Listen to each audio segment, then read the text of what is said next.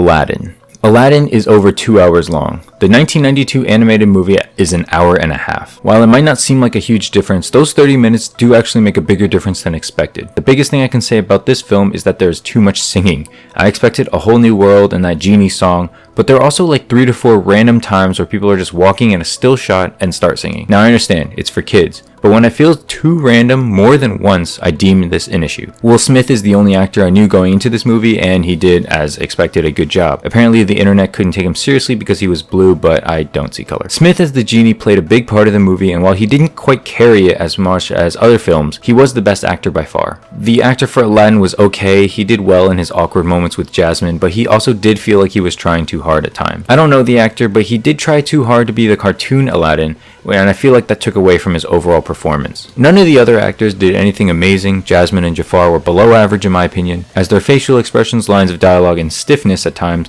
made me think I was watching a play. I might be alone here, but I actually did think this movie was kind of well paced, despite the random singing and 2-hour runtime. I do think that if parts of the middle were cut out, it wouldn't have been an issue though. The beginning, middle, and end all feel somewhat equal in length, unlike other movies I've reviewed so far. The CGI is nothing to clap your hands about, and is often too noticeable at times. For pros, this movie is funnier than expected, especially for a kids movie. And another pro, it would be Will Smith. As far as cons go, I believe this movie is 30 to 40 minutes too long. There are some unnecessary scenes like I mentioned. The costumes, acting, and CGI in general is below average and nothing impressive. It's not exactly the same story as the 1992 animated film, but I guess that's alright. And lastly, like I said before, there is way too much singing, and it does feel very out of place. While me personally, I did enjoy it, I do understand that there are many flaws with this movie, and so I will give it a low score of a 5.2 out of 10.